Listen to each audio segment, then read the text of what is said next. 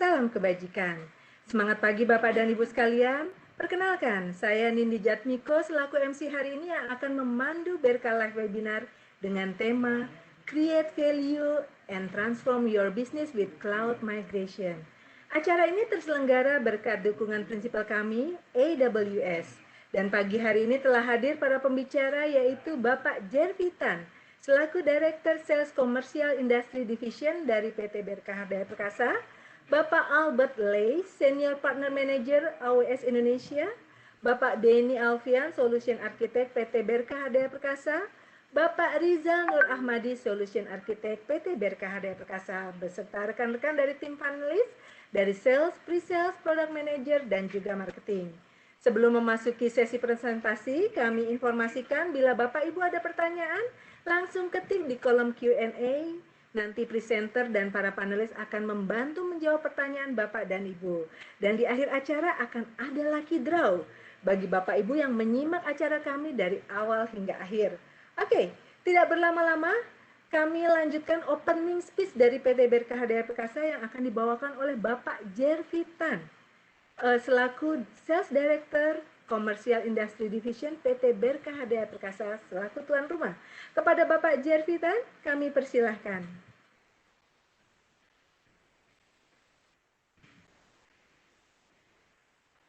Bapak Jervi.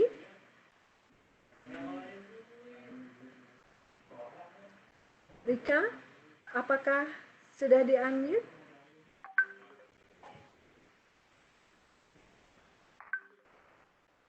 Halo?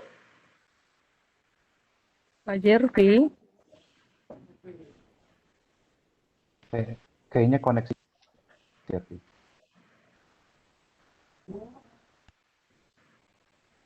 Oke, mohon maaf atas kendala teknis. Oke, kita mulai dengan welcome speech dulu dari AWS Indonesia ya, dengan Bapak Albert Lai selaku Senior Partner Manager dari AWS Indonesia. Kepada Bapak Albert Lai, kami persilahkan. Selamat pagi Bapak Ibu sekalian. Selamat datang di webinar Berkah bersama dengan AWS untuk mengenai create value that transform your business with cloud migration. Terima kasih atas waktu yang diberikan dan terima kasih juga untuk kesempatan yang juga diberikan. Tahun ini akan menjadi tahun yang sangat menarik dan sangat penting bagi AWS karena tahun ini kita akan membuka region kita atau data center kita di Indonesia, di mana dengan dibukanya data center ini kita akan juga memberikan akses kepada Bapak Ibu sekalian untuk service-service yang ditawarkan oleh AWS.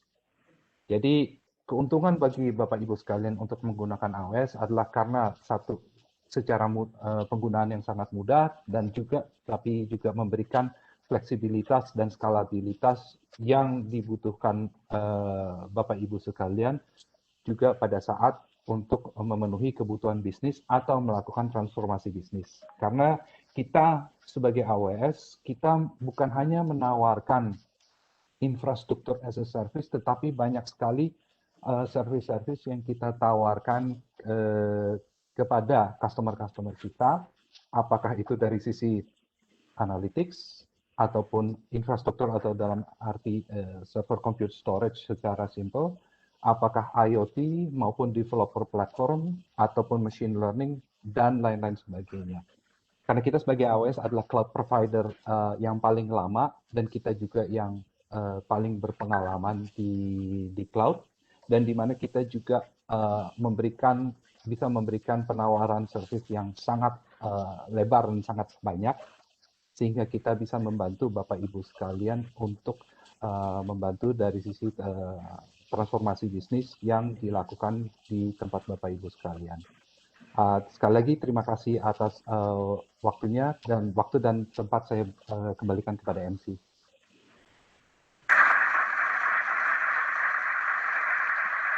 Oke, terima kasih Pak Albert atas welcome speech-nya.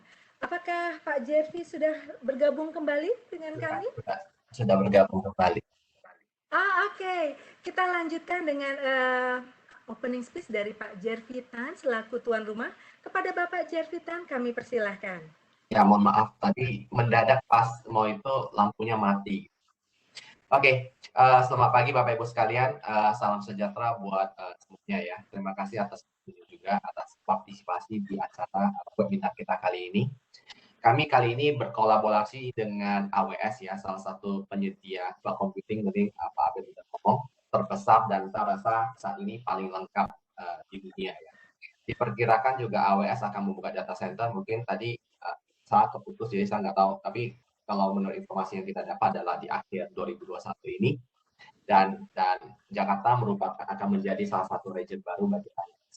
Kita ketahui juga AWS memang mengadopsi yang namanya tuh konsep attributed zone, di mana setiap zone minimal punya satu data center.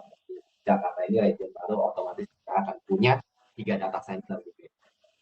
Dan saat ini untuk bisa kita melihat market ya, saat ini untuk bisa bersaing dan memenuhi kebutuhan market saat ini, banyak sekali perusahaan yang harus bisa berinovasi ya, dan menyediakan portfolio dengan cepat dan agile. Sehingga cloud computing merupakan salah satu solusinya, dan trend market saat ini tuh mempush kita ke sana, karena dengan hitungan menit sudah bisa ready, bisa digunakan service yang kita inginkan gitu ya. Dan Berkah sendiri kita memilih partnership dengan AWS dikarenakan tuh mereka merupakan leader di cloud computing, dan juga AWS menawarkan lebih dari 160 feature, mungkin lebih, yang bisa dimanfaatkan oleh pelanggan saat ini. Jadi dengan ekosistem yang besar, sehingga bisa membantu Bapak Ibu lebih agile lagi. Dan agile di sini yang kami maksud bukan hanya dari sisi infrastrukturnya, tapi juga dari sisi surroundingnya. Jadi surroundingnya bisa mengikuti kebutuhan dari pelanggan untuk tambah maupun kurang. Jadi fully agile, karena kalau kita tahu adalah kalau kita di capex mungkin atau di konvensional, mungkin CPU, memori, storage kita bisa bikin fleksibel untuk bisa agile, tapi somehow surroundingnya itu yang susah gitu. Jadi di AWS fully agile gitu ya. Oke, kalau kita berbicara sedikit tentang Berkah, mungkin sebagian teman-teman sudah tahu, Bapak Ibu sekalian sudah tahu, tapi saya jelasin sedikit adalah kita sudah beroperasi sejak 1994, jadi kurang lebih sudah 40 tahun.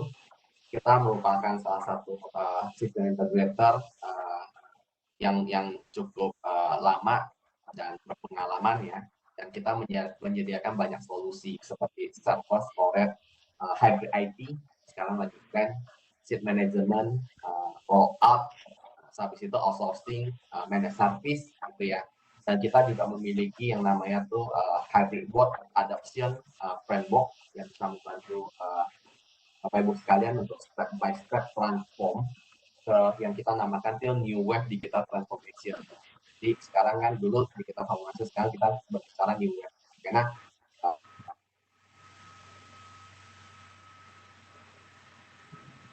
Halo Pak Jervi, sepertinya koneksi terganggu. untuk lebih detailnya tentang BRK maupun kita punya hybrid work adoption framework, mungkin nanti dari tim sales kami yang akan diskusi lebih detail dengan Oke, mungkin begitu sekilas tentang BRK, dan agar tidak terlalu lama, saya sudah pembukaan kali ini. Dan sekali lagi terima kasih telah hadir di ini, dan terima kasih juga pada prinsipal kami atas supportnya. Tentunya saya berharap webinar kali ini bisa memberikan banyak hal. Terima kasih. Ya.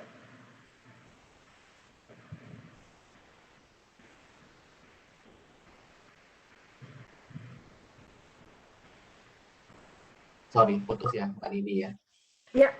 Ya, Pak Jervi, suaranya tadi terputus. Oke, terima kasih Nini. Ya, terima kasih Pak Jervi. Oke, terima kasih Pak Jervitan atas opening speech-nya. Menarik sekali ya kolaborasi antara PT Berkah Daya Perkasa dengan AWS. Dan solusi-solusi yang ditawarkan sungguh bermanfaat sekali. Oke, kita simak saja penjelasan tentang cloud migration menggunakan teknologi AWS. Apakah bermanfaat bagi perusahaan? Apa nih manfaatnya?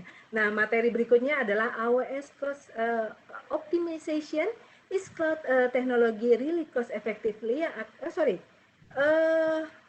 Materi pertama adalah Cloud Migration with AWS yang akan dibawakan oleh Bapak Denny Alfian selaku Solution Architect PT BRK HDR Perkasa. Kepada Bapak Denny Alfian, kami persilahkan. Oke. Maaf tadi salah ya. Tadi adalah materi kedua. Oke, silahkan Pak Denny. Akan membawakan Cloud Migration with AWS.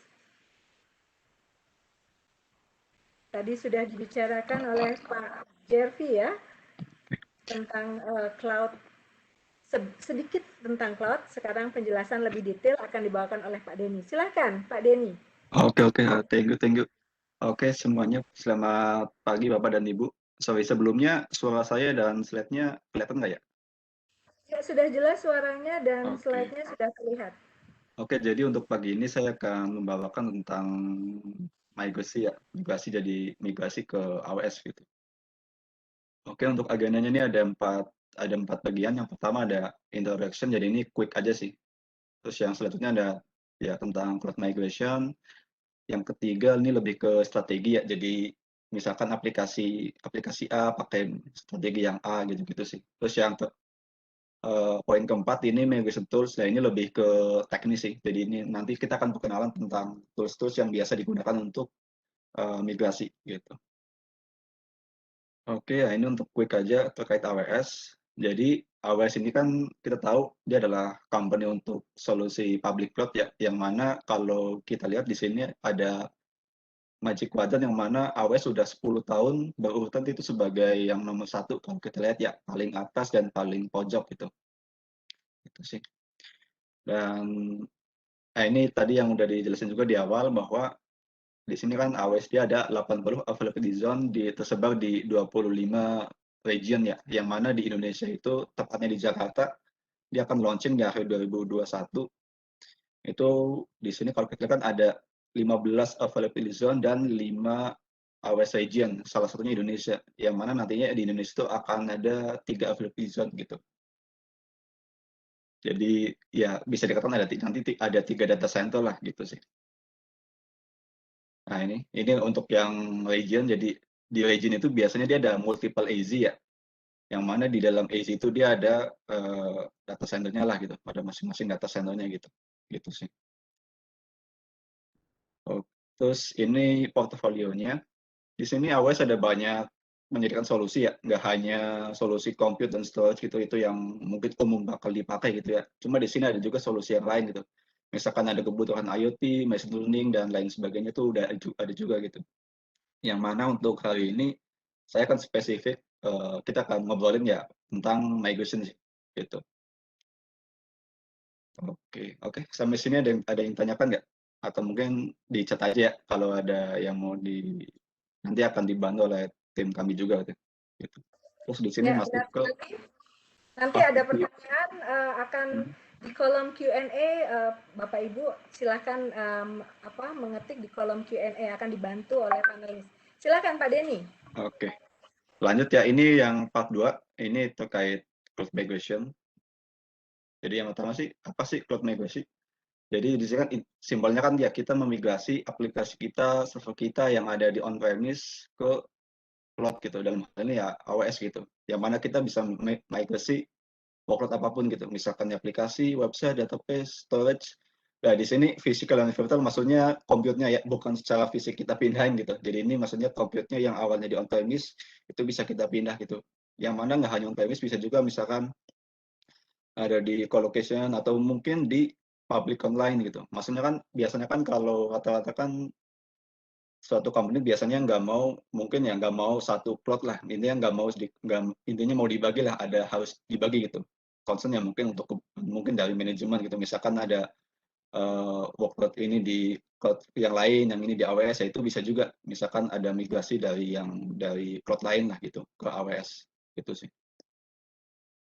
Oke, terus kenapa sih kita migrasi gitu? Apa sih biasanya? Maksudnya ya kenapa lah kita migrasi gitu. Yang pertama biasanya terkait OPEX ya biasanya. Jadi simpelnya kan kalau kita migrasi ke AWS kan yang paling simpel aja lah ya, sisi hardware kita nggak akan maintenance lagi tuh. Yang mana in teknis ya kayak hardware apa, listrik itu kan berarti kita bisa dikatakan ya berkurang lah gitu. Walaupun ada yang lain juga gitu. Cuma kan umumnya yang pasti dari sisi hardware udah pasti cost-nya apa lebih efisien lah dibanding kita manage di on-premise sendiri gitu. Yang kedua, productivity, workforce productivity. Ya in teknis ini kan kita kalau misalkan mau buat VM ya, itu dalam hitungan menit ataupun yang lain itu bisa cepat lah gitu. Terus ya cost avoidance ya di sini kan ini kan bisa ngelimat ya misalkan tadi kalau case-nya on-premise kan kita ada perlu maintenance segala macam yang mana ya in teknis kita bisa potong lah cost-nya gitu sih. Yang kedua, yang keempat, operational resiliency ya otomatis ini karena dari sisi hardware ya yang gampang aja, dari sisi hardware itu kita nggak manage, otomatis kan orang-orang ya kita bisa lebih minim lah, maksudnya kita lebih efisien mungkin orang-orang yang udah ada ya kita bisa alahkan untuk manage yang lain, misalkan manage dari sisi aplikasi kita gitu. Maksudnya nggak hanya fokus manage infrastrukturnya gitu sih. Yang terakhir tentu ya agility lah. Ya, gimana caranya kan ya tentu biar kita bisa quick ke market lebih cepat gitu. Itu sih. Jadi ini sih untuk alasan ada banyak alasan sebenarnya, cuman ini umum yang pasti apa ya, yang pasti bakal yang pasti alasannya yang paling sering lah gitu sih. Gitu. Terus di sini untuk prosesnya, di sini ada 4. Ada migration preparation and business planning, ada discovery and planning, ada design, migrasi, dan ada operasi dan optimize gitu. Yang pertama nih migration preparation and business planning. Ini ya simpelnya kalau bisa saya katakan ya assessment-nya lah gitu. Jadi kan kita awalnya kan tahu dulu nih, kita pindah ke tujuannya apa sih, objektifnya apa gitu kan. Ya mungkin diawali dengan testing POC dulu sekalian biar tahu experience-nya bisa juga gitu. Itu kan yang ya in teknis ya kita bisa POC juga untuk di AWS gitu. Jadi nggak langsung migrasi ya. Maksudnya misalkan saya pengen POC dulu nih, pengen ngetes dulu gitu, itu bisa juga gitu. Yang mana di AWS pun ada tools semacam assessment gitu ada. Cuma untuk tools itu mungkin di sini nggak akan saya jelasin lebih detail sih gitu. Mungkin nanti di part 4 ada sedikit pembahasannya gitu. Terus yang kedua ada discovery and planning. Ya ini kita bisa AWS jadi ada tools ini bisa discovery kayak dependensi masing-masing aplikasi gitu.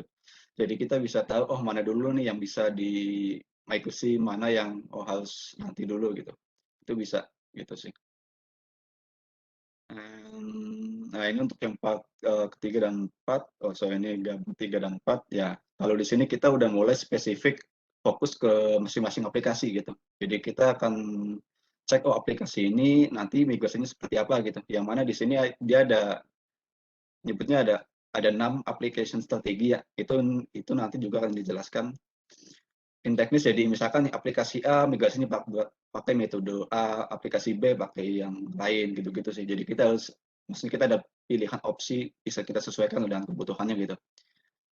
Baru nanti misalkan awal-awal kita migrasi yang katakanlah yang development atau mungkin yang masih workload-nya kecil, baru nanti kita migrasi yang katakanlah critical apps-nya gitu. Itu sih. Baru untuk step ke-5, lah ini lebih ke setelah migrate apakah selesai, yaitu enggak juga sih. Karena sebenarnya tantangannya kalau di cloud adalah bagaimana kita optimasi gitu. Jadi setelah migrasi di cloud ya kita optimasi gimana caranya biar efisien gitu. Dan juga setelah migrasi kan berarti kan yang di on-premise udah nggak dibutuhkan nih ya. Berarti simpelnya kita bisa shutdown atau enggak ya mungkin untuk kebutuhan lain gitu. Misalkan ya development atau apa gitu. Itu bisa juga. Cuma in teknis ya anggaplah misalkan case-nya on-premise hardware udah dari sisi maintenance, dari sisi support udah nggak ada juga ya. Dan ya benar-benar udah nggak dipakai ya bisa di shutdown gitu sih. Terus apa sih hasilnya kalau kita migrasi?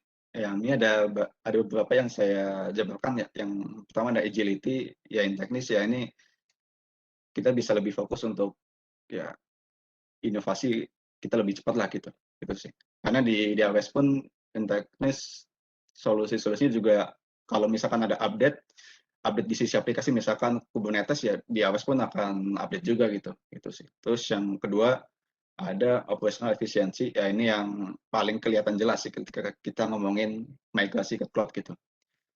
Jadinya kita ya benar-benar fokus ke bisnis kita aja sih gitu. Jadi lebih ya intinya tim bisa lebih fokus ke sisi ya kita fokus ke bisnis lah gitu sih. Jadi kayak manage infra bisa dikatakan berkurang banget gitu.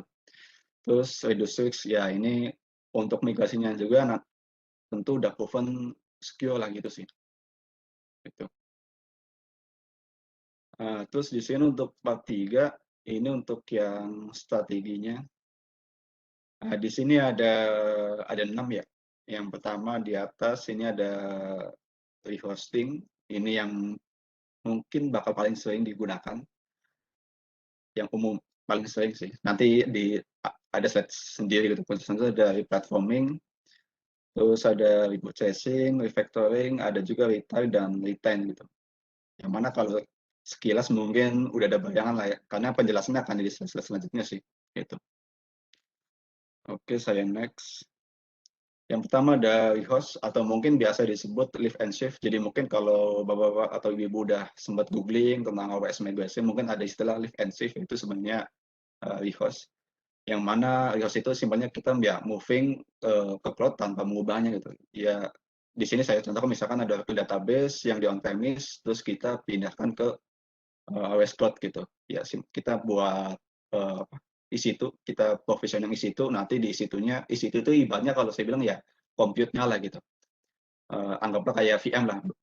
Jadi kita install OS OS juga nggak di-install juga sih. Jadi udah ada OS-nya, jadi setelah isi itu terbuild, nanti kita install manual Oracle-nya gitu. Di sini bisa manual atau otomatis ya. Kalau otomatis ya simpelnya on-premise ini kita migrasikan gitu dengan tools gitu. Itu bisa juga otomatis. Jadi simpelnya kita nggak perlu install Oracle-nya lagi gitu. Ibaratnya ya migrasi dari sisi OS maupun aplikasi di atasnya gitu. Itu sih. Terus selanjutnya ada replatform atau biasa juga disebut lift and reshape ya. Ini kuncinya sih kalau dilihat dia ada some level optimization. Jadi in teknis kita manfaat sebagian lah gitu. Jadi some level optimization ya. Misalkan saya contohkan di sini migrasi on-premise Oracle database ke LDS gitu, LDS for Oracle gitu. Jadi kalau yang rehost di atas kan kita masih harus manage OS-nya nih, kita harus tuning di level OS-nya gitu segala macam. Jadi layaknya VM lah gitu, layaknya VM premise gitu. Cuman kalau yang LDS ini benar-benar kita nggak sama sekali manage di sisi OS-nya gitu. Jadi kita kabarnya login ke LDS-nya, kita buat DB instance-nya gitu, lalu ya dibuat terus bisa diakses dari on-premise lah gitu. Jadi kita nggak ada manage sama sekali di level OS sih, jadi benar-benar di database-nya aja. Database pun itu kita kalau simpelnya kalau bisa bilang login ke konsol, buat instant, sesuaikan mau database apa, udah nanti coba diakses lewat local misalnya lewat laptop, coba diakses itu bisa gitu. Jadi benar-benar bahkan pun tuning di database pun enggak sih gitu. Jadi paling yang kita manage kayak misal backup-nya gitu. Backup-nya mau berapa lama itu pun udah ada bebannya juga dari AWS gitu. Gitu sih. Oke, selanjutnya ada refactoring. Nah, kalau refactoring ini kalau kita lihat dia taking full advantage. Jadi benar-benar full ya. Jadi benar-benar ini fitur aslinya kita manfaatkan banget lah. Nah, di sini saya contohkan lagi. Misalkan migrasi dari Oracle database on-prem ke database lain. Nah, ini kenapa saya kasih contoh kayak segini ya. Misalkan kan kita tahu ya, sorry no offense, mungkin ada yang pengguna Oracle banget kan. Setahu saya Oracle kan harga maintenance-nya itu mahal ya, maintenance-nya aja gitu kan.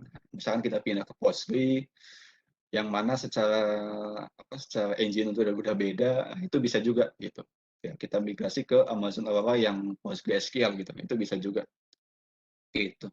Terus selanjutnya ada repurchase. Nah, ini lebih ke misalkan solusinya untuk yang software as a service, ini lebih banyak mungkin nanti akan yang AWS Marketplace gitu. Nah, di sini contohnya misalkan untuk aplikasi CRM pindah ke Salesforce gitu. Jadi di AWS juga ada solusi-solusi dari vendor lain yang memang udah bisa jalan di cloud itu yang bisa kita beli juga dari AWS gitu.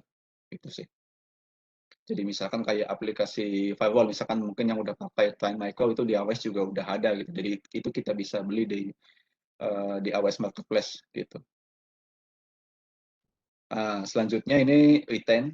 Retain ini bisa saya bilang ya untuk aplikasi yang katakanlah memang dari sisi mungkin dari sisi manajemen ya belum boleh dipindah ke cloud atau mungkin memang belum disupport sama AWS ya. Ini maksudnya misalkan case-nya Red Hat misalkan Red Hat 9 udah muncul ya, baru banget gitu, terus ada mungkin dari Bapak langsung benar-benar ada berita itu langsung baru, terus mau langsung di-cloud. Mungkin kalau yang di AWS-nya belum ya, nantilah setelah kalau memang itu disupport gitu. Cuma yang utama sih itu biasanya ya karena dari sisi manajemen nggak boleh dipindahkan gitu. Baru setelah nanti bisa ya baru dipindahkan gitu. Maksudnya apa ya, in teknis kita nggak apa ya, bukannya ya nggak maksa lah misalnya gitu sih. Jadi intinya kalau memang aplikasinya belum boleh ya udah di-retain dulu aja, mungkin suatu saat bisa dipindah gitu. Terus ada retire. Nah, di sini simpelnya misalkan awalnya kita assessment nih, terus kalau dilihat ada aplikasi-aplikasi yang sebenarnya bisa dikatakan itu udah di-cover di aplikasi yang lain. Misalkan awalnya kita punya aplikasi A, terus setelah setahun misal ada aplikasi B dan C, yang mana kalau dilihat sebenarnya fitur di aplikasi A itu udah di-cover sama si aplikasi B ataupun C gitu. Ya kenapa? Kan kadang-kadang kalau kita gali lebih dalam, nah itu kan ada fitur yang mungkin udah maksudnya secara kebutuhannya udah di-cover lah. Jadi itu bisa kita decommission lah gitu, bisa kita take out dan nggak usah kita migration gitu. Ya ngapain gitu. Jadi kan maksudnya karena udah nggak dibutuhkan lah gitu. Anggaplah gitu sih. Atau memang ya tadi case-nya udah di-cover sama aplikasi lain setelah di assessment gitu. Gitu. Itu untuk migration strategi. Terus di sini masuk ke untuk yang capability, ya di sini sih sebenarnya udah lebih masuk ke tools-toolsnya. Nanti di bagian 4 ya, saya akan jelasin semuanya ini lebih, nggak semuanya sih, beberapa bagian akan dijelaskan gitu. Yang cuma di sini saya akan quick aja untuk yang di sini. Di sini itu yang di atas ini ada AWS Migration Hub dan Application Discovery. Di sini ya ini kebetulan untuk assessment lah gitu.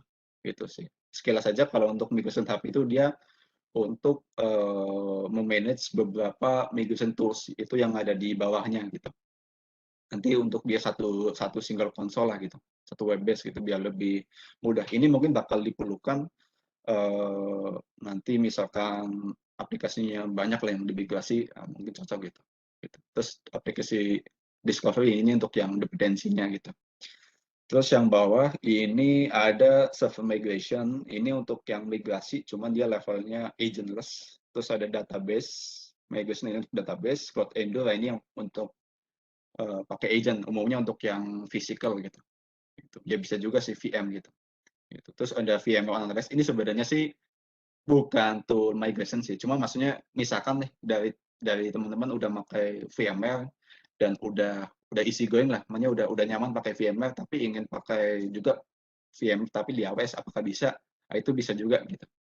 Yang mana ya ini sebenarnya bukan tools migrasi, cuman kalau misalkan kebutuhannya saya mau migrasi dari VMware yang di on-premise ke VMware on AWS itu bisa, dan itu pakai natifnya si AWS juga, natifnya VMware kita bisa pakai VMware tools gitu. Cuman ini sebenarnya bukan software migrasi sih kebutuhannya gitu. Terus di sini ada offline. Nah ini di sini ada banget storage namanya Snow Family. Ya ini untuk yang misalkan untuk migrasi cuman kita nggak pakai koneksi internet lah gitu. Itu sih. Anggaplah misalkan karena koneksinya nggak mungkin juga, kalau dipaksa lama juga gitu. Itu bisa juga. Terus di sini untuk yang online ada AWS Transfer File, SFTP, dan Data Sync. Ada juga di sini network optimization, di sini direct connect, ini umumnya kan kalau mungkin awal kita setting VPN ya, set to set untuk koneksinya dari on-premise ke cloud, bisa juga direct connect gitu. Ini lebih private dan teknis ya, biar nggak lewat internet gitu. Terus di sini ada juga acceleration, terus di sini partner, ini sih bukan tools, ini lebih ke ya di sini saya contoh ya BHP lah kan udah partner juga dengan AWS, misalkan ada kebutuhan migrasi ya bisa juga ya tentu ke BHP aja gitu. Nah, ini sebenarnya detailnya di sini sih. Nah, ini untuk migration tool, ini teknis banget sih, gitu. untuk ininya. Nah, di sini yang pertama sih saya sampaikan tahu dulu nih data apa sih yang mau di-migrate gitu. Yang pertama misalkan, saya mau migrate, physical dan virtual machine. Kalau case gini, saja saya pakai, tools namanya Cloudendo dan, AWS Application Migration Service. Sebenarnya kalau Cloudendo ini dia marketplace sih, bukan bawaannya AWS gitu. Cuman ini saya masukin karena dia cukup kalau bisa bilang ya banyak yang pakai. Kalau mungkin dari Bapak Ibu coba googling di YouTube ya, kalau saya kebetulan kalau belajar kadang-kadang lebih enak di YouTube gitu, untuk lihat demo-demonya itu ngetik aja Cloudendo itu udah banyak banget gitu. Jadi ini marketplace cuman banyak juga yang pakai gitu. Gitu. Terus di sini ada kalau misalkan case-nya agentless, jadi nggak mau nanam agent atau mungkin di existing udah pakai VM gitu, udah virtual machine semuanya, ya ini bisa pakai yang AWS migration gitu. Terus kalau misalkan case tadi database, ingin migrasi di level database-nya gitu, nah itu bisa pakai namanya AWS Database Migration dan HTTP. Terus selanjutnya kalau misalkan di sini case-nya misalkan flat file ya, flat file misalkan ada file service yang mau dipindah, ya ini bisa pakai data sim atau enggak ya AWS file transfer gitu. Nah, ini saya masuk yang pertama Cloudendo. Jadi yang pertama Cloudendo sebenarnya dia solusi marketplace bukan bawaan AWS, cuman ini sering dipakai. Yang mana di sini kalau dilihat secara arsitektur dia pakai agent. Jadi di sini saya sampaikan di on-premise-nya misalkan di sini ada Oracle Database, terus kita ada SQL juga. Di sini kita harus install agent di masing-masing servernya gitu, di masing-masing OS-nya gitu. Gitu. Setelah di-install agent, nanti otomatis dia akan register, akan terdeteksi di Cloudendo Console ya. In teknis ini perlu akses internet sih, jadi mungkin bisa pakai proxy lah untuk koneksinya gitu. Terus di sini kita akan siapkan namanya ada EC2 kecil aja sih. Dia biasanya T2 atau T3 gitu. Terus untuk stagingnya gitu. Jadi nanti untuk replikasi dia akan setelah di legend dia akan ngedetek blok-bloknya, terus akan di replika ke staging ini based on berapa jumlah disknya gitu. Di sini maksudnya logical disknya ya. Maksudnya misalkan di sini Linux katakanlah ada slash root, slash ada slash yang slash backup atau slash misalkan SHP, USL SHP, kalau misalkan itu di disk terpisah nanti otomatis akan disesuaikan disk-disknya gitu. Gitu. Terus di sini tentu ini bisa diakses lewat Cloudendo Console semuanya. Di sini setelah selesai kita bisa lakukan namanya testing. Testing ya kita coba jalankan di jalan atau enggak gitu. Misalkan mau di testing jalan seminggu itu bisa. Baru setelah itu baru kita cut over gitu. Gitu sih. Jadi Cloudendo konsepnya seperti itu. Jadi dia based on agent, harus di-install agent. Jadi kalau ada 5 server Linux ya harus di-install 5-5-nya gitu. Gitu. Cuma di sini concernnya kalau memang migrasinya di sisi ya udah di level OS dan aplikasi di atasnya ya. Tujuannya saya misalkan tujuannya Bapak Ibu nggak mau install OS-nya lagi lah itu ya pakai ini gitu. Dan ini concernnya physical gitu-gitu sih. Terus ini OS-nya. Nah ini kenapa Cloudendo sangat bisa dikatakan cukup banyak yang pakai itu karena dia supported-nya bisa dikatakan ya ini misalkan Windows 2003 masih disupport juga gitu kan. Jadi mungkin kalau case-case yang Windows-nya lama atau Linux-nya lama ya ini ya bisa dengan Cloudendo gitu. Untuk detailnya bisa ini ada linknya atau nggak di websitenya Cloudendo gitu. Selanjutnya AWS Application Migration Service, dia konsepnya sama dengan Cloudendo, pakai agent juga, yang mana ya teknis umumnya untuk physical, cuma kalau dalam VM ya bisa juga kita install ya bisa agent gitu. Gitu. Ini konsepnya sama sih dengan Cloudendo, jadi ada staging terus ada cutoff-nya juga gitu. Oke. Nah, ini untuk OS-nya ini biasanya memang lebih sedikit, yaitu mungkin kenapa tadi saya sarankan juga Cloudendo gitu. Di sini kan kalau lihat OS untuk kayak 2003 dia nggak disupport sih, gitu. Nah ini untuk yang ini untuk yang server migration service. Jadi kalau untuk yang tadi Cloudendo dan application migration service, dia kan konsepnya misal agent ya, yang mana dia itu sebenarnya block level gitu. Sedangkan kalau yang ini tuh, tadi kan di awal saya sempat singgung, server migration service case-nya misalkan semuanya udah virtualisasi ya. Cocoknya pakai ini. Jadi in teknis kita nggak perlu nanam agent, cuman perlu nanam semacam proxy lah. Di sini namanya server migration connector. Ini semacam proxy, jadi ada virtual appliance berbasis FreeBSD ya. Di sini bisa kita di on-premise atau mungkin di sini saya contohkan juga untuk solusi yang lain nih. Kita tahu lah dari Azure, misalkan itu migrasi dari Azure ke AWS dan itu bisa pakai ini gitu. Yang mana di sini nanti konsepnya karena ini ada proxy, dia konsepnya nanti akan melakukan snapshot gitu. Jadi akan melakukan backup gitu, snapshotnya akan dilempar ke S3, baru di sini dia akan diekspor menjadi MEI gitu. Terus di sini ada Migration Hub, ini yang tadi jadi server migration service itu bisa juga di manage lewat Migration Hub gitu. Dan Migration Hub ini yang tadi di awal support juga untuk Cloud Endure gitu. Itu bisa di manage juga dari si Migration Hub gitu. Terus baru di sini kita masukkan ke CloudFormation template. Jadi ini kayak template untuk pembuatan EC2-nya sih. Baru nanti akan di deploy lah. Gitu. Ini juga generate juga sih, bisa di generate otomatis gitu. Oke. Nah ini untuk supported OS-nya Windows 2003, 2019, Red Hat Linux 5.1 sampai yang later. Semua untuk detailnya dicek aja di linknya ya. Karena kenapa? Biasanya kalau bukan biasa sih, maksudnya kalau dicek mungkin akan kelihatan ada spesifik requirement yang nggak mungkin saya masukkan di sini juga. Misalkan beberapa kalau kayak Windows umumnya dia ada kayak net framework-nya harus 4.5 gitu-gitu. Terus di Linux biasanya ada spesifik info kernel spesifiknya gitu. Jadi di sini saya tampilkan summary-nya aja sih. Detailnya dicek di dokumentasi si AWS Amazon gitu. Oke, terus di sini untuk perbandingan AWS Application Migration versus Cloud Endure maupun AWS SMS Server Migration Service. Di sini saya kasih case, misalkan region-nya nggak disupport AWS Application, ya saya saja pakai Cloud Endure gitu. Ya, untuk yang region paling dekat ya untuk saat ini dengan Indonesia itu Singapura sih udah support juga sih kedua-duanya sih, jadi tinggal dipilih aja lah mau pakai yang mana gitu. Terus selanjutnya, nah ini di level OS, seperti yang tadi di awal kan, di sebelumnya, sorry. Kan ada OS yang nggak disupport nih sama AWS Application, ya saya suggest ya pakai Cloud Endure gitu. Terus yang ketiga, misalkan ya benar-benar nggak mau pakai agent lah gitu. Ya misalkan nggak mau nanam agent, biar OS kita bersih gitu. Ininya nggak mau ada, biar nanti nggak ada uninstall, dan memang semuanya udah VM, itu bisa AWS Server Migration Service. Dan di sini kita bisa combine juga sih sebenarnya sih, nggak harus semuanya pakai satu tools. Kita bisa combine ya sesuaikan dengan kebutuhan lah. Misalkan untuk level VM lah pakai Server Migration Service, untuk yang fisik mungkin pakai Cloud Endure atau enggak AWS Application Migration gitu. Oke, terus selanjutnya untuk database. Jadi untuk database, migrasi database, dia ada 2 tools. Yang pertama sebenarnya sih AWS Database Migration Service, ya ini untuk migrasinya.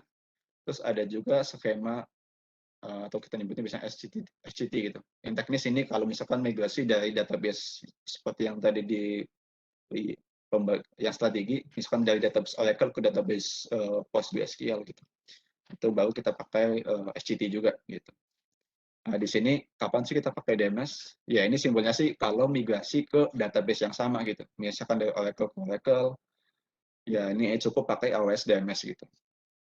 Yang mana dia bisa dari EC2, ya, dari misalkan database yang terinstall di EC2 atau yang dia di SKRDS bisa juga ke EC2 juga gitu. Ya maksudnya mungkin secara logik, kalau saya backup manual terus saya lempar apakah bisa? Ya bisa aja sih. Cuma kan itu jatuhnya manual gitu kan. Kalau di sini udah pakai tools jadi lebih, ya kalau saya lebih simpel sih. Gitu. Terus nah ini kalau case HCT, ini simbolnya untuk case heterogeneous gitu kan. Jadi misalkan dari SQL ingin pindah ke PostgreSQL, nah itu ya kita convert dulu pakai AWS HCT, baru kita migrasi setelahnya gitu. Gitu sih. Nah, ini untuk arsitekturnya. Jadi nanti untuk yang database, misalkan saya anggap source ini untuk yang di level on-premise, target anggaplah di AWS ya, karena kan case-nya kita ngobrolin migrasi dari on-prem ke AWS gitu. Di sini nggak ada izin, jadi di sini nanti komunikasinya umumnya database ya pakai JDBC, ODBC segala macam itu. Cuma di sini akan nyiapin satu instan, dia sebagai application instan. Terus nanti kita bikin task, selection task-nya. Nanti kita masukin source-nya gitu. Misalkan contohnya di sini ya on-premise lah gitu. Terus targetnya bisa EC2 ataupun LDS gitu. Ini sih untuk high levelnya ya, arsitektur untuk DMS gitu. Nah, terus di sini aplikasinya apa sih metodenya? Di sini ada 3 ya. Yang pertama full load, jadi ya ini migrasi benar-benar ya dari awal gitu. Migrasi dari database, migrasi sekali gitu. Umumnya migrasi lah. Tapi bisa juga kita pakai yang kedua, ada CDC only. Jadi di sini data change-nya aja gitu. Jadi misalkan data gedenya misalkan tadi dimigrasi lewat ya misalkan AWS SFTP ya. So itu belum dijelasin lebih detail sih di slide selanjutnya. Yang misalkan anggaplah itu file gedenya itu file gedenya pakai native, export entah mungkin upload ke S3 itu bisa juga, baru nanti change-nya bisa lewat sini, itu bisa juga. Nah, tentu ya ini yang ketiga ya kita combine lah. Ya, di sini misalkan database-nya memang nggak bisa down dan datanya juga selalu ya anggaplah selalu masif lah. Maksudnya anggaplah Sabtu Minggu pun tetap masih ada gitu. Ya ini ya paling saja saya pakai ini gitu sih. Fruit dan CDC. Oke. Terus ini untuk source-nya, jadi source-nya bisa on-premise ataupun EC2. Di sini database-nya sekali lagi untuk detailnya ada link-nya di bawah ya untuk spesifik versinya. Cuma di sini saya cantumkan summary-nya aja nih, Oracle-nya versi Oracle SQL segala macam gitu. Terus untuk yang Azure, ini bisa juga Azure SQL Database bisa juga di migrate gitu sih. Terus untuk target, sama juga sih, cuma di sini lebih banyak ya, karena di sini saya contoh misalkan, jadi walaupun dia level database, saya contoh misalkan dia juga bisa migrate ke S3. Jadi kalau kayak S3 kan kita tahu, overview aja, S3 kan dia object store-nya di AWS ya. Jadi kita bisa juga migrasi database itu ke S3 yang mana nanti bentuk filenya itu jadinya kayak semacam CSV lah. Jadi dari tabel-tabel yang itu akan dipecah-pecah sesuai buffer size segala macam. Itu akan jadi file berbentuk CSV. Nah, itu bisa juga gitu. Jadi maksudnya apa? Kita bisa migrasi yang tadi di engine yang database cuman ke sebuah sistem yang bukan database, yaitu di sini AWS bisa juga gitu. Oke, selanjutnya ini untuk kalau tadi kan supportnya, terus mapping-nya kemana aja sih? Di sini misalkan Oracle bisa di-convert jadi Amazon Aurora. Jadi Aurora ini bawaannya AWS, yang mana di Aurora juga ada yang Postgre, ada yang MySQL gitu-gitu. Gitu sih. Terus ada juga yang native MySQL, bisa juga Postgre dan Oracle dan lain sebagainya. Di sini udah ada gitu. Di sini SAP AC, DB2 mungkin yang pakai DB2 ya. Gitu. Nah, ini interface-nya. Interface-nya ini bisa diinstal di Linux, macOS ataupun Windows ya. Jadi ini berbentuk GUI. Jadi in teknis di sini kita register yang source-nya, terus register yang di sisi targetnya. Ya biasa dia komunikasi ya pakai ODBC, GDBC lah, umumnya database itu kan. Gitu. Dan tinggal imigrasi aja gitu. Bisa disesuaikan lah. Mau full atau mungkin ada beberapa yang enggak, ya tinggal pilih aja gitu. Gitu sih. Ini untuk tampilannya aja sih. Jadi untuk SCT juga nggak ada agent ya tadi untuk pakai GDBC gitu-gitu sih. Terus selanjutnya ada data sync. Nah, ini untuk yang simbolnya flat file ya. Misalkan ada ribuan file dan banyak, terus ya in teknis bisa juga sih mungkin kita dari Bapak Ibu buat isi itu, terus misalkan kalau Windows ya kita setting NFS bawaan OS-nya atau setting FTP bawaan Windows bisa juga. Cuma kalau misalkan pengen ada tools yang bisa bisa ada fitur compress segala macam. Nah, ini yang pertama ada data sync. Yang mana di sini contohnya dia on premise misalkan punya NFS, SMB. Jadi kita install, sebenarnya buat install sih, jadi data sync agent ini dia bentuknya virtual clients ya. Jadi kita nanti otomatis dikonekkan ke NFS-nya, baru nanti akan di-sync ke region. Nah, di sini bisa kita arahkan ke Amazon S3 bucket, nah ini untuk yang object storage, bisa juga yang untuk yang file sharing untuk AFS, bisa juga di sini untuk yang file sharing juga, cuman dia berbasis Windows. Nah, ini sebenarnya ya apa ya, ya kayak SMB gitulah, tapi di apa? Cuma dia benar-benar Windows. In teknis secara logik ya bisa aja kita pakai tools ini aja nih, Amazon FSx for Windows File Server. Terus kita akses URL-nya lewat ya lewat on-premise, cuma kan ya itu kan jatuhnya apa ya? Ya kayak ya kurang lah. Maksudnya untuk kebutuhan migrasi saya sarankan sih pakai datasync gitu. Cuman bisa juga kalau misalkan ya udah saya buat cukup saya setup Amazon FSx, terus saya akses FSx-nya lewat lokal, copy paste aja gitu. Itu sebenarnya bisa juga sih. Gitu. Terus selanjutnya ini ada transfer family. Ini ya integritas misalkan mungkin cocok kalau misalkan ingin ini bisa juga migrasi, cuman bisa juga misalkan untuk company yang dia punya cabang banyak dan ada perlu satu ya ininya kita ada pooling data dari katakanlah dari masing-masing cabang ya. Kita bisa juga buat SFTP ataupun FTP server gitu di AWS gitu. Cuman ya itu bisa juga digunakan untuk migrasi gitu. Cuman selain migrasi ya bisa juga tadi untuk tes yang tadi gitu. Cuman misalkan untuk migrasi bisa juga jadi kita setup SFTP-nya terus kita rilis storage-nya mau disimpan di S3 atau mau di FS gitu. Terus bisa juga nanti ya tentu umumnya data kan biasanya untuk dimanfaatkan untuk yang lain misalkan untuk machine learning segala macam itu bisa juga gitu. Gitu. Cuman untuk yang ini tentu integrasi dengan tools lain ya. Tools lain maksudnya perlu existing ya solusi machine learning di AWS gitu-gitu. Cuman untuk itu ya tentu nggak saya jelaskan untuk sesi kali ini sih. Gitu. Cuman ya bisa gitu. Oke, selanjutnya dan ini mungkin yang terakhir nih. Jadi tadi kan sebelumnya kan ada kalau gimana kalau saya nggak mau migrasi lewat lewat ya online lah, nggak lewat internet gitu. Apakah ada solusi lain? Ada juga namanya Snow Family. Jadi di sini ada 3 produk, ada Snowball, ada Snowball Edge, ada Snow Mobile. Jadi yang pertama simbol aja sih jadi Snowball ini simbolnya kayak storage, jadi nanti dari AWS akan kirim ya kita lihat tampilannya semacam box gede ya. Di situ kalau Snowball itu kapasitinya 50 sampai 80 terabyte itu untuk awalnya gitu ya. Terus untuk Snowball Edge dia dimulai dari 100 TB, yang mana untuk yang Edge dia juga ada EC2-nya gitu loh. Maksudnya ada fitur compute juga di dalamnya itu. Jadi kita bisa juga migrate nggak hanya flat file gitu. Kita bisa juga migrate untuk yang EC2 gitu. Gitu. Terus untuk Snow Mobile lah ini lebih dia datanya kalau udah gede banget lah ya.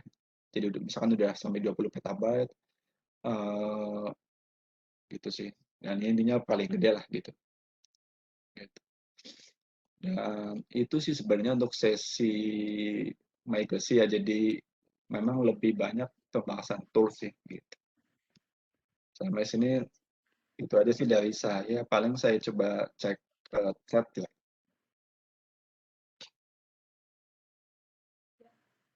Ya, Pak Denny, di kolom Q&A udah ada beberapa pertanyaan dan udah dibantu jawab oleh tim panelis, tapi ada pertanyaan yang ternyata masuk di kolom chat nih. Saya bacakan ya, soalnya mungkin Oke. tidak terbaca kalau yang di kolom chat. Oke, dari Pak Nanang PT Adiagraha, izin bertanya.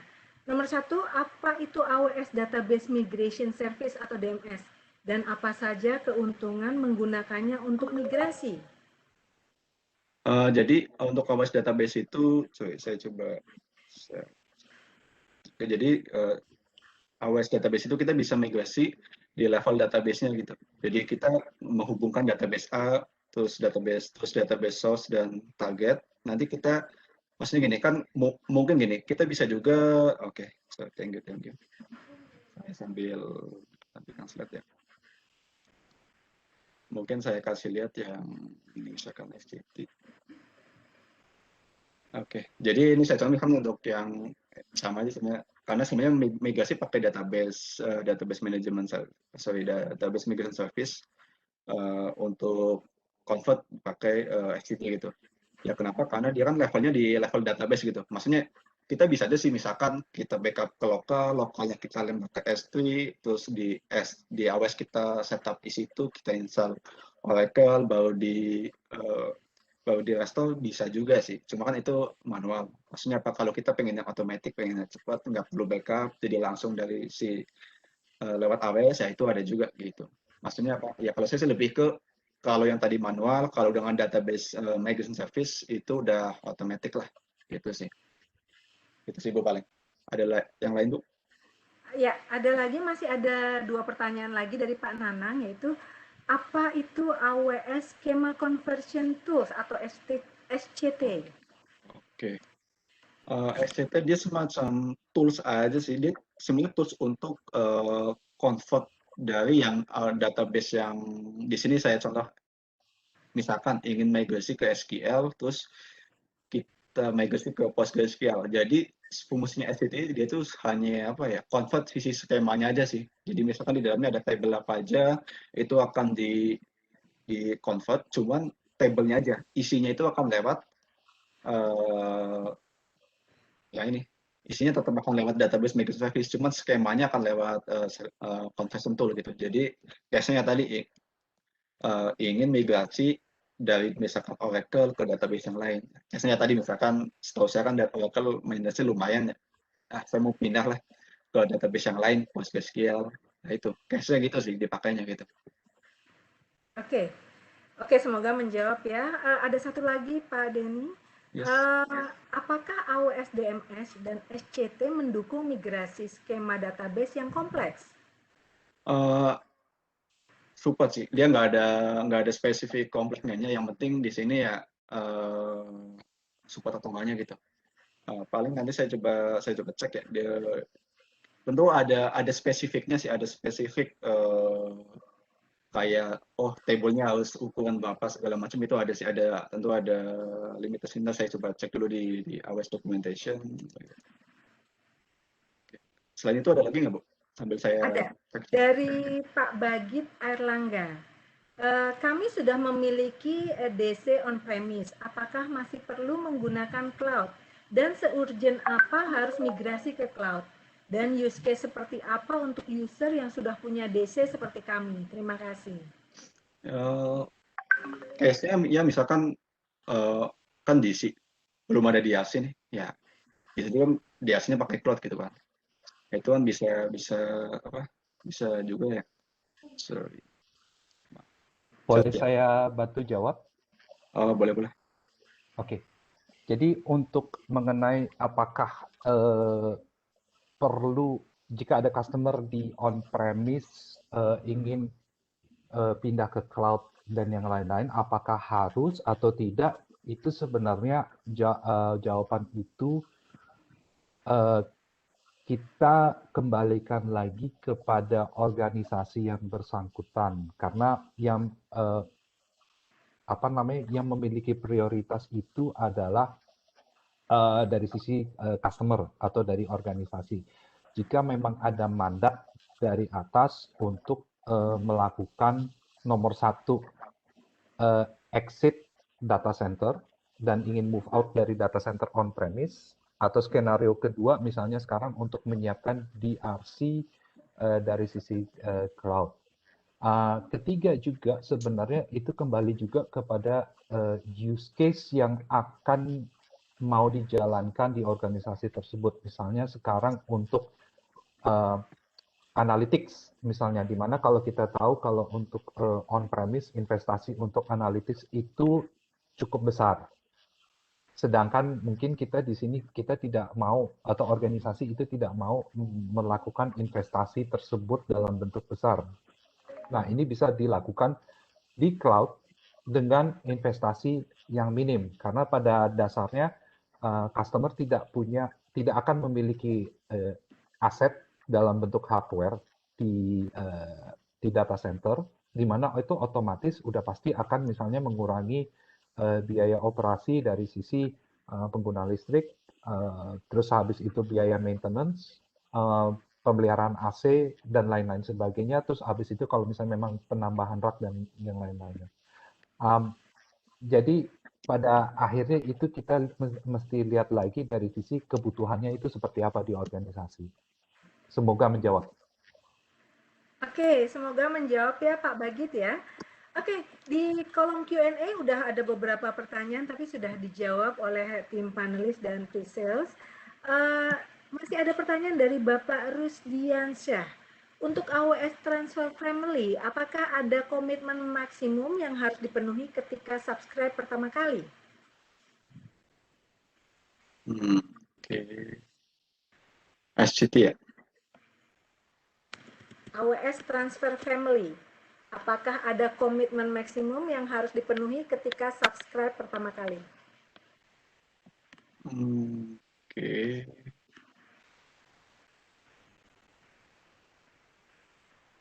Nggak ada sih, jadi dia nggak ada itu sih. Jadi sebenarnya untuk transfer kan dia nanti yang akan diplot itu lebih ke data transfernya berapa, terus di sisi isi S3 dan si ataupun FS itu mau pakai berapa gitu. Nggak ada sih. Jadi misalkan ya awalnya mau cuman ya even 10 giga bisa gitu karena dia nggak ngitung based on itu sih. Jadi dia ngitungnya based on pertama transfer filenya kan ada data yang in dan out gitu kan. Terus di sisi S3-nya nanti akan consume berapa gitu, berapa giga gitu.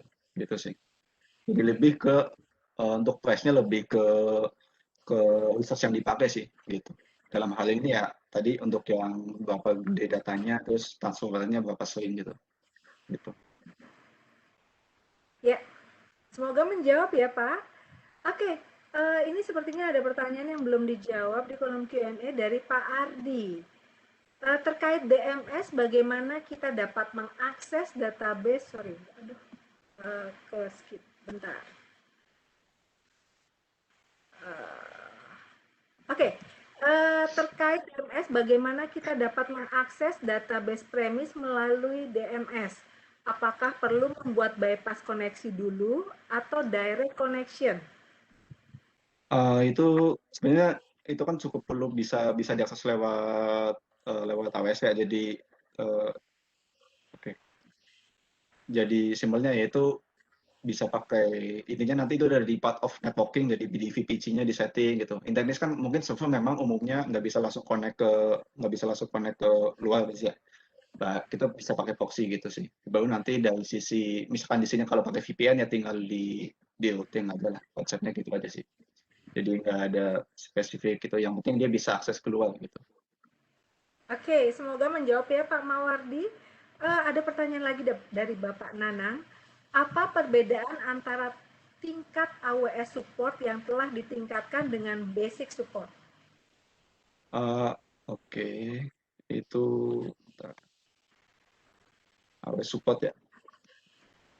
Ya, AWS support dia kan ada basic tuh, ada juga untuk yang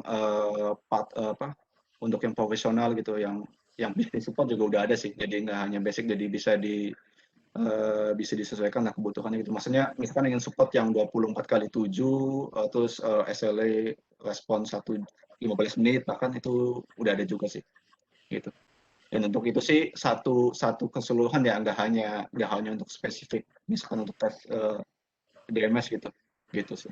Maksudnya ada DMS sudah ada supportnya juga untuk yang misalkan yang umum misalkan yang 24x7 itu ada bisnis support. Nah, itu bisa juga sih. Udah ada maksudnya gitu. oke, sepertinya semua pertanyaan sudah terjawab. Terima kasih kepada Bapak Denny Alfian atas presentasinya dan penjelasannya. Oke, terima kasih Pak Denny. Oke, Kita thank berikan you. big plus ya. Nah, kita lanjutkan ke materi berikutnya yaitu AWS cost optimization. Is cloud technology really cost effective? Jadi cloud migration menggunakan teknologi AWS apakah sih manfaatnya bagi perusahaan? Nah, materi tersebut akan dibawakan oleh Bapak Rizal Ahmadi selaku Solution Architect PT BRK Hardaya Perkasa. Kepada Bapak Rizal, kami persilahkan. Oke, halo, selamat siang rekan-rekan semua. Ya, Semoga Bapak dan Ibu dalam keadaan sehat selalu. Ya, terima kasih atas kesediaan Bapak dan Ibu mengikuti webinar kali ini. Apakah slide saya sudah terlihat? Ya, Slide-nya sudah terlihat, suaranya juga sudah jelas. Kami ingatkan sekali lagi ya Bapak Ibu, bila ada pertanyaan bisa langsung ketik di kolom Q&A, jangan di kolom chat ya. Oke, silahkan Pak Rizal. Oke, terima kasih Bu Nindi. Sebelum kita mulai, saya perkenalkan terlebih dahulu. Perkenalkan, saya Rizal Nur Ahmadi, selaku Solution Architect di BRK Hardaya Perkasa. Ini email saya. Oke, apa sih tema kita pada kesempatan kali ini? Tema kita adalah apakah teknologi cloud ini benar-benar cost efektif atau hemat biaya ya? Mungkin di antara Bapak atau Ibu ada yang masih ragu-ragu nih. Benar nggak sih ya pakai cloud ini bisa lebih murah gitu ya, lebih hemat biaya dibandingkan dengan menggunakan infrastruktur on-premise. Nah, topik ini yang akan kita bahas di slide-slide berikutnya. Oke, sebelum langkah lebih jauh, saya akan merefresh sedikit mengenai cloud computing gitu ya. Kenapa sih kita harus pakai cloud gitu ya? Jadi mungkin sedikit tadi sudah dibahas oleh rekan saya Denny mengenai on-premise ataupun di cloud. Jadi kalau on-premise kan kita pasti butuh server, storage, database dan lain sebagainya untuk membuat suatu IT infrastructure gitu ya. Dengan menggunakan cloud dan hal ini AWS, kita nggak perlu pusing-pusing itu semua karena semua sudah disiapkan oleh AWS. Jadi bagaimana cara kerjanya? Ya sebenarnya AWS isinya juga ya server, storage, tapi memang sudah disiapkan, di well provisioning oleh tim AWS, jadi kita tinggal bisa pakai saja seperti itu. Lalu salah satu keuntungannya menggunakan cloud atau dalam hal ini AWS adalah cost reduction. Mungkin Bapak bisa lihat di sebelah kiri, Bapak dan Ibu bisa lihat sebelah kiri. Jadi kalau on-premise itu pasti Bapak butuh cost untuk servernya, storage, network, ataupun untuk orang atau manpower untuk maintain infrastruktur itu sendiri gitu ya. Nah, dengan adanya cloud computing ini, Bapak dan Ibu atau customer tidak perlu fokus ke infrastruktur itu lagi karena itu sudah dihandle oleh AWS seperti itu. Lalu secara dasarnya atau ada 5 basic pillars untuk cost optimization di AWS. Dan ini akan kita bahas, kita gali lebih dalam satu persatu mengenai cost optimization. Oke, jadi yang pertama adalah right sizing instance-nya, lalu yang kedua adalah increase elasticity, lalu yang ketiga ada pick the right pricing model, yang keempat ada match usage to storage class, dan yang terakhir adalah measuring and monitoring.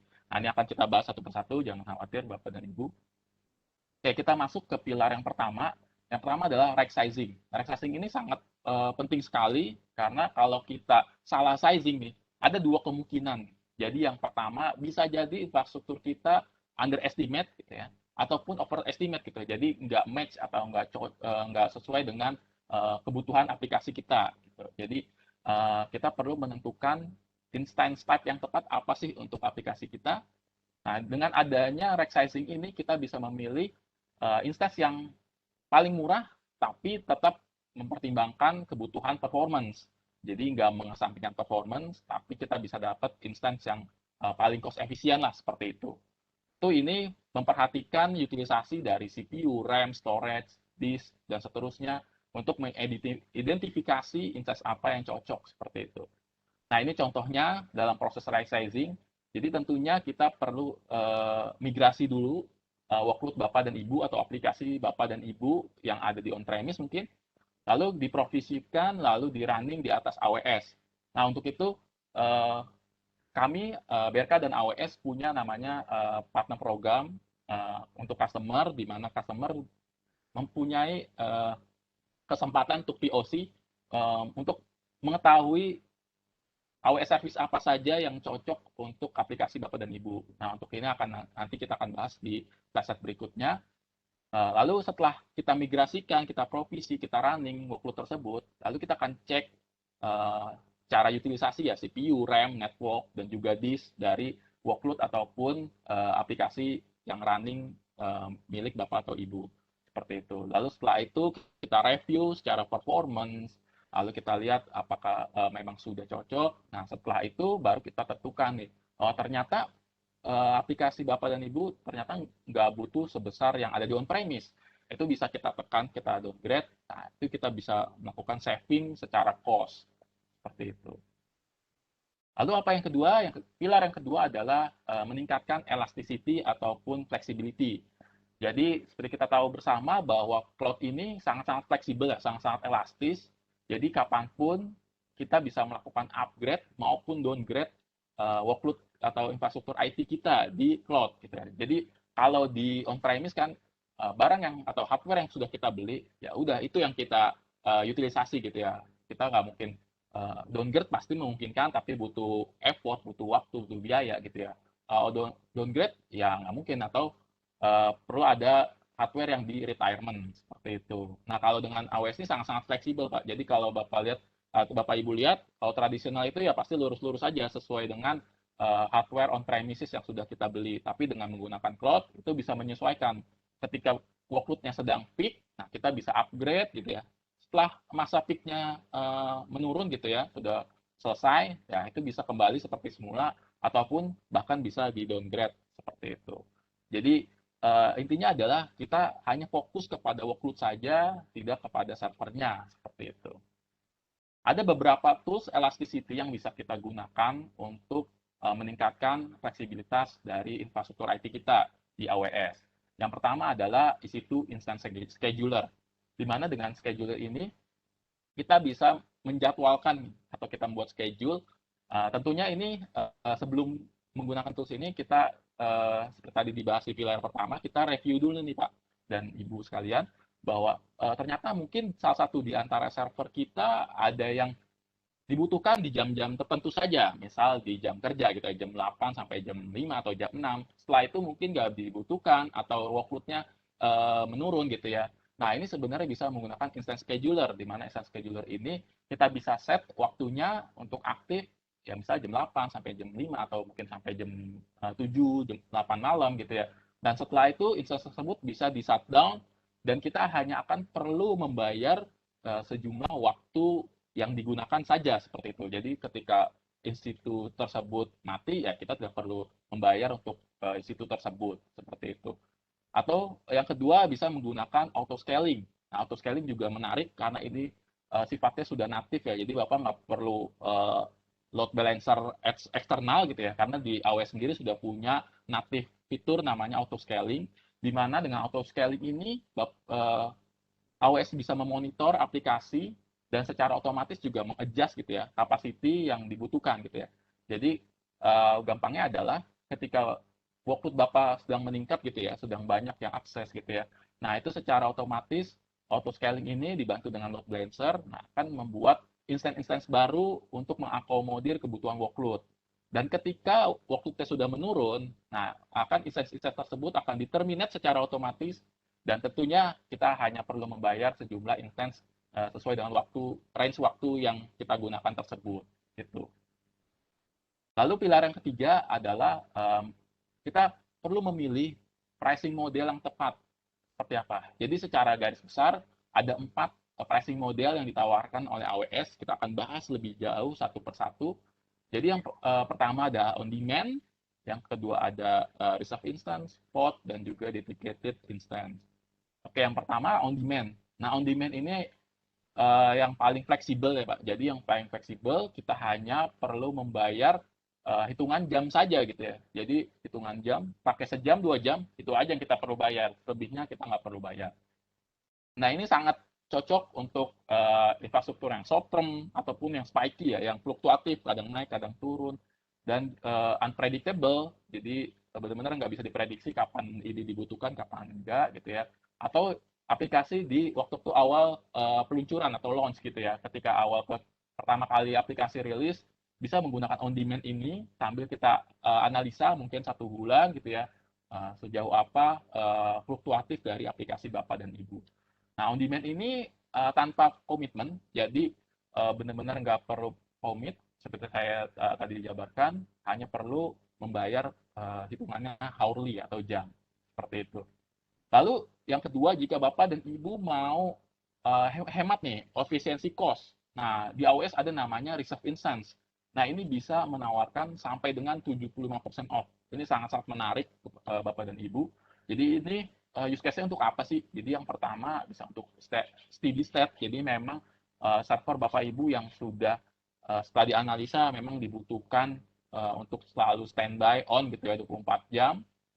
Ataupun usage-nya sudah bisa diprediksi kapan harus on, kapan harus off gitu ya.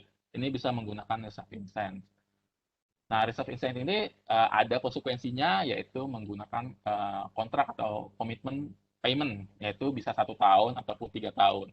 Dan ini pembayarannya nggak perlu khawatir, bisa all upfront gitu ya, bisa awal di depan. Nah, ini pasti lebih tinggi, sangat tinggi diskonnya, atau yang partial upfront, ataupun yang no upfront sama sekali. Jadi Bapak nggak perlu bayar di muka gitu ya, nggak perlu bayar di awal kontrak, apa tinggal bayar per bulan. Nah, ini juga sudah sangat cost efisien dibandingkan dengan on demand.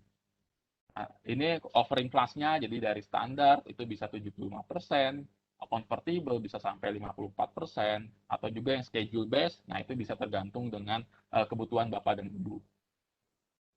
Lalu yang ketiga, pricing model adalah spot pricing. Nah, ini juga menarik, terutama untuk Bapak dan Ibu yang membutuhkan environment untuk development ya, atau untuk testing. Nah, ini karena di AWS ada yang namanya spot instance gitu ya. Spot instance ini apa sih gitu ya? Jadi kalau bisa diibaratin, spot ini ibaratnya suatu hotel gitu ya, ataupun ya suatu hotel lah. Nah, ini pasti ada hotel yang idle gitu ya di waktu-waktu tertentu. Nah, kita bisa bergain, kita untuk bayar hotel yang kamar yang idle itu untuk dipakai dalam waktu tertentu gitu ya. Dan ini savingnya bisa sampai 90%. Jadi sangat-sangat murah. Nah, akan tetapi karena ini sifatnya kita menggunakan kita bilang spot ya dari AWS yang idle gitu ya, available.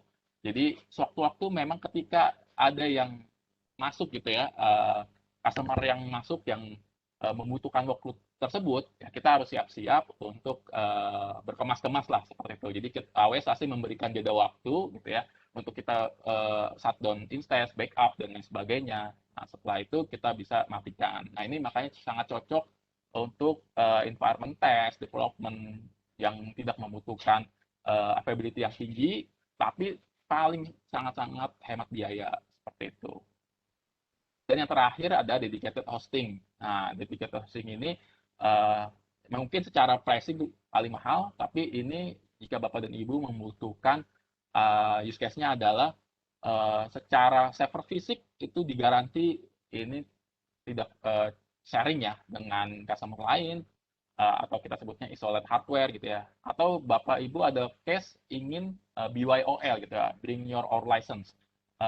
Jadi kita punya license misalnya Microsoft license gitu ya, seperti SQL Server atau dan lain sebagainya, atau mungkin Oracle gitu ya, database Bapak sudah punya dan Bapak ingin migrasikan ke AWS.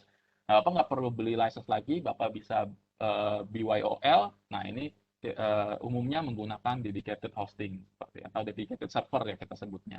Nah, ini juga bisa dibandingkan dengan on demand itu bisa sampai dengan 70% off seperti itu.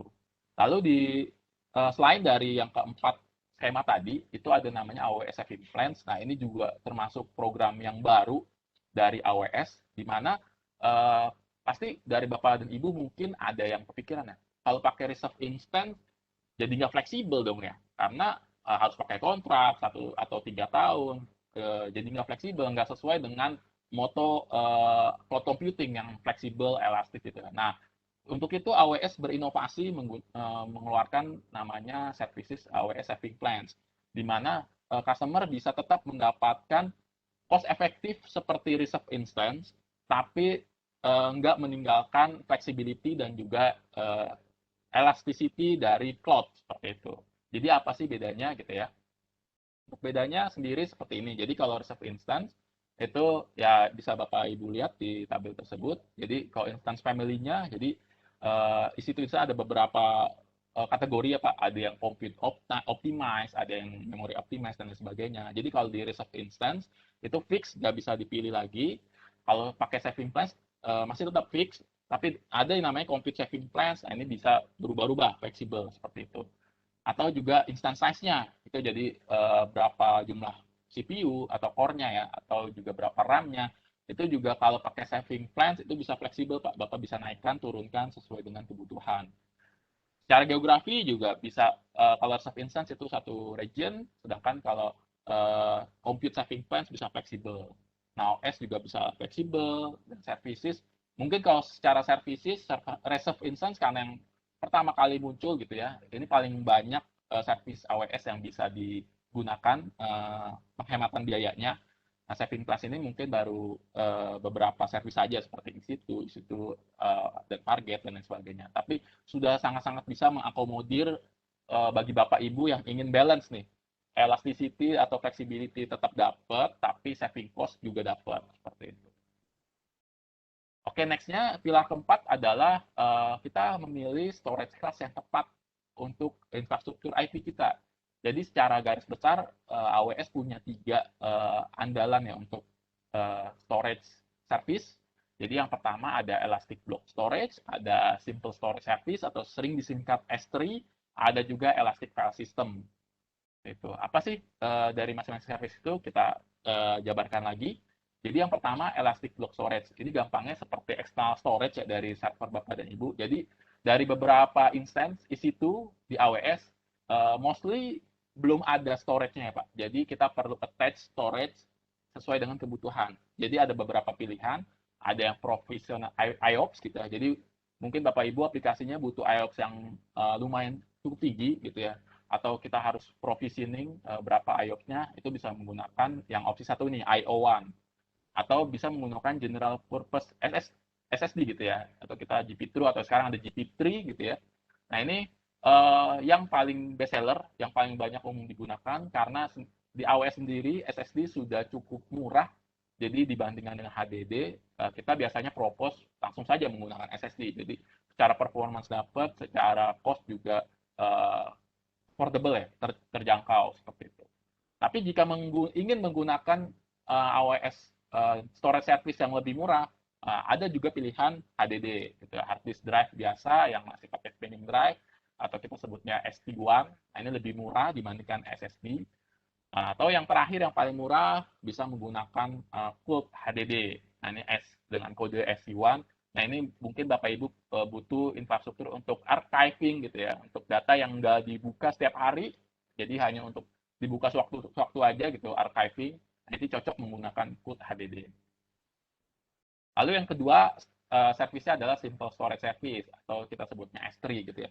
S3 pun dibagi 3, ada yang hot gitu ya. Hot ini kita sebutnya active data, jadi ini memang kita untuk production tiap hari kita gunakan gitu ya. Itu ini adalah yang standar atau default yang kita tawarkan di S3. Nah, ini sangat-sangat reliable ya Pak. Jadi ini secara SLE bisa sampai 99,99% ya, sampai 6 kali. Jadi sangat-sangat reliable Pak. Jadi nggak perlu data availability atau ketersediaan data dari Bapak ini sangat-sangat tinggi seperti itu. Atau ingin yang lebih cost efisien, ada WOM gitu ya. WOM ini infrequent access. Jadi sama-sama S3 standar, tapi ini yang mungkin nggak sering Bapak buka gitu ya. Mungkin hanya sebulan sekali atau 2 minggu sekali. Nah, ini bisa menggunakan infrequently access data. Atau yang terakhir, pooled data, kita bisa menggunakan Amazon Glacier. Nah, ini untuk archiving, seperti saya gambarkan tadi. Jadi untuk archiving data, untuk di S3 bisa menggunakan Amazon Glacier. Nah, ini sangat-sangat murah, Pak. Jadi sangat cocok untuk kebutuhan backup ataupun archiving data di infrastruktur Bapak. Nah, dari ketiga services AWS tadi, S3 gitu ya. Nah, sebenarnya ada yang menarik nih Pak, ada namanya S3 Intelligent Tier, di mana Intelligent Tier ini mempunyai kemampuan untuk menganalisa nih Pak. Jadi Bapak mungkin males ya setting-setting aplikasi atau data mana, data mana yang digunakan sering, yang jarang, susah untuk mendefinisikan. Nah, di S3 sendiri ada Intelligent Tier nih Pak.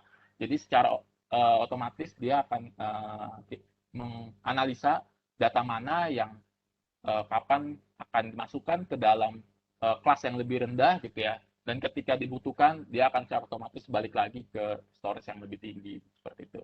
Jadi kita tentunya akan perlu setup sedikit mengenai lifecycle rules gitu ya, seperti berapa lama data tersebut bisa pindah ke storage yang lebih rendah, seperti itu. Lalu yang terakhir ada Elastic File System. Nah, Elastic System ini sifatnya NFS, Pak. Jadi kalau Bapak mungkin infrastrukturnya ada file sharing atau file server, jadi instead of data tersebut ada di masing-masing instance atau di masing-masing server. Jadi kalau ada data yang bisa di-sharing bersama gitu ya, bisa menggunakan EFS ini Pak. Jadi daripada beberapa data sifatnya duplikat gitu ya, pasti lebih hemat jika digunakan secara bersama-sama menggunakan NFS ini. Atau mau yang lebih jauh, sebenarnya AWS punya namanya AWS FSx ya. Nah, ini file service yang lebih advance lagi dari AWS, di mana ini benar-benar AWS managing gitu ya, manage service by AWS, ya kita nggak perlu setup macam-macam, kita udah bisa langsung pakai saja seperti itu. Nah, pilar yang kelima atau yang terakhir itu adalah measuring dan juga monitoring. Nah, jadi mungkin ini ilustrasi sedikit nih Pak. Jadi mungkin kalau di infrastruktur on-premise Bapak kurang visibility gitu ya untuk melihat cost per bulan yang Bapak habiskan berapa gitu ya untuk IT. Nah, dengan adanya cloud gitu ya, selama AWS ini, AWS sangat-sangat memungkinkan Bapak untuk mempunyai visibility yang clear gitu ya, yang jelas, dan juga sangat membantu. Bisa dilihat di sebelah kanan, ya ibaratnya Bapak naik mobil, visibility-nya jelas, dashboard-nya lengkap, sehingga sangat-sangat membantu Bapak jika ingin melakukan improvement ataupun peningkatan dari segi efisiensi cost. Apa saja sih yang bisa dilakukan? Saya akan jabarkan tools-tools yang ada di AWS. Jadi di AWS ada namanya Amazon CloudWatch. Ini yang paling umum digunakan, Pak. Ini secara natif juga ya, Pak. Jadi untuk metric tertentu yang default itu natif sudah ada di AWS dan ini free of charge, jadi nggak di charge lagi. Jadi seperti CPU, disk I/O-nya, networknya, I/O-nya itu sudah ada monitoringnya seperti itu Pak. Nah, kalau ini dirasa kurang, ada namanya Amazon CloudWatch custom metric. Nah, ini lebih lanjut lagi seperti untuk analisa memori, gitu, RAM-nya dan lain sebagainya. Nah, ini bisa menggunakan CloudWatch yang custom metric. Ini juga sangat-sangat memungkinkan di AWS. Nah, ini salah satu contoh dashboard example gitu ya, dari CloudWatch. Nah, ini kita bisa lihat berdasarkan EC2, Lambda, RDS, service-service apa yang kita gunakan di AWS. Nah, ini kita bisa lihat berdasarkan rentang waktu tertentu, misalnya 1 hari, seminggu, sebulan gitu ya. Sebenarnya seperti apa sih utilisasi dari infrastruktur kita, seperti itu. Selain itu ada apa lagi? Ada namanya AWS Cost Explorer. Nah, ini tampilan juga menarik, colorful ya Pak. Jadi Bapak bisa filter berdasarkan kebutuhan. Misalnya isi itu Bapak yang itu mikro atau bisa di tagging berdasarkan misalnya web server, email server, database server. Nah, itu Bapak bisa lihat nih penggunaannya per bulan berapa gitu. Ini sangat-sangat membantu Bapak dalam evaluasi ataupun mereview infrastruktur IT Bapak. Atau juga ada di AWS namanya AWS Budget. Jadi Bapak nggak perlu khawatir nih Pak. Jadi Bapak bisa masukkan budget Bapak mungkin untuk IT infrastruktur Bapak sekian ribu dolar atau mungkin di sini contohnya $100 gitu ya dalam 1 bulan. Nah, ketika sudah menyentuh misalnya berapa persen nih Pak dari budget yang di-set, misalnya 70% atau 80%, sorry. Nah, secara otomatis akan mengirimkan alert kepada Bapak, bisa via email gitu ya. Sehingga Bapak pasti akan mendapatkan awareness yang lebih awal gitu ya. Wah, ternyata infrastruktur saya budgetnya segini nih. Seperti itu. Jadi ini meminimalisir dalam tanda kutip kecolongan gitu ya dalam budgetnya. Jadi nggak perlu khawatir Bapak Ibu dalam penggunaan AWS semua bisa terkendali seperti itu. Lalu ada juga AWS Cost and Usage Report. Nah, kalau Bapak tadi kan kita lihat semuanya sifatnya real time ya Pak. Jadi Bapak lihat apa yang memang saat ini Bapak gunakan. Nah, dengan Amazon Cost and Usage Report ini Bapak bisa mengumpulkan atau collect sifatnya report. Jadi nanti dari report tadi itu akan ditempatkan di S3 Pak, salah satu AWS Service Storage gitu ya. Nah, dari S3 ini kita bisa olah, bisa misalnya menggunakan Apena atau menggunakan fitur-fitur yang lain untuk menjadikannya sebagai database. Dan yang menariknya lagi itu bisa menggunakan Amazon QuickSight. QuickSight ini apa? QuickSight ini semacam tools dari AWS untuk menampilkan dalam bentuk visual ya, dashboard gitu ya. Jadi tampilannya bisa seperti speedometer gitu ya, ataupun grafis batang ataupun pie gitu ya, dan lain sebagainya. Jadi sangat-sangat menarik untuk Bapak lihat seperti itu. Dan ada juga namanya AWS Trusted Advisor. Nah, ini juga sangat-sangat berguna sekali, Pak. Jadi ketika Bapak sudah running ya infrastruktur IT di AWS, AWS akan secara otomatis juga membantu Bapak untuk advice menyarankan ternyata ada beberapa yang bisa dikembangkan nih Pak atau ditingkatkan gitu ya. Nah, seperti ini bisa dilihat di gambar, ada optimisasi dari isi to instance atau juga ada isi to instance yang low utilisasinya nih. Nah, ini bisa menggunakan pricing model yang lain atau mungkin di downgrade gitu ya. Ini sangat-sangat memungkinkan sekali. Dan masih banyak sekali Pak yang Bapak bisa lakukan untuk saving cost di AWS Pak. Jadi bisa consolidated billing, bisa juga menggunakan option serverless ya, menggunakan AWS Lambda, atau juga release unused elastic IP gitu. Jadi Bapak mungkin menggunakan IP static gitu ya untuk publiknya, tapi nggak digunakan, bisa dirilis. Dan masih banyak lagi, bisa pakai container, bisa pakai automation, dan lain sebagainya. Jadi nggak perlu khawatir Pak, di AWS itu sangat support sekali untuk kebutuhan Bapak. Nah, ini jadi quote yang menarik gitu ya, quotation istilah yang menarik dari AWS. Jadi sebenarnya cloud migration itu bukan adalah suatu proses Pak, Bapak dan Ibu, bukan suatu tujuan. Jadi memindahkan workload ke cloud itu bukan sebuah akhir dari perjalanan ya Pak. Jadi ini adalah sebuah awal, sebenarnya awal dari perjalanan, atau kita sebutnya cloud journey Pak.